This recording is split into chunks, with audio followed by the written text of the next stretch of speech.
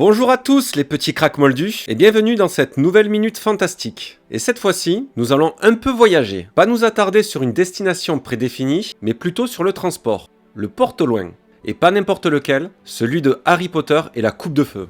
Dans les écrits de J.K. Rowling, un porte-au-loin est un objet inanimé, d'apparence délabrée et bon pour la casse pour ne pas que les moldus le touchent, permettant de voyager instantanément d'un endroit à un autre. Le sort pour le créer est appelé Portus. C'est d'ailleurs par ce procédé que Harry, les Weasley et les Diggory utilisèrent pour se rendre à la finale de la Coupe du Monde de Quidditch, au moyen d'une vieille botte dans le tome 4. Il est aussi mentionné que les porte-au-loin ne peuvent être utilisés qu'à usage unique, prédestinés à se rendre à un endroit spécifique. Lors de la dernière épreuve de la Coupe de Feu dans le labyrinthe, le trophée des 3 sorciers lui-même était un porte-au-loin, transportant Harry Potter et Cédric Diggory instantanément dans un cimetière, prémisse de la rencontre avec le Seigneur des Ténèbres, engendrant aussi la mort du champion de Poudlard, premier du nom et représentant de Poufsouffle, Cédric Diggory.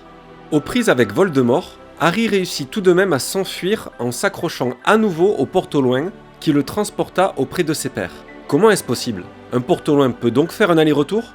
Une théorie circule sur le sujet mettant en avant le fait que Voldemort prévoyait de tuer Harry et de prendre son apparence grâce au polynectar, infiltrant ainsi Poudlard pour effectuer sa funeste œuvre de l'intérieur. Assez malin, il faut l'avouer. Cela pourrait expliquer aussi sans doute le fait que le porte-au-loin représentant le trophée des 3 sorciers aurait pu subir un second sort du Portus pour faire le chemin inverse.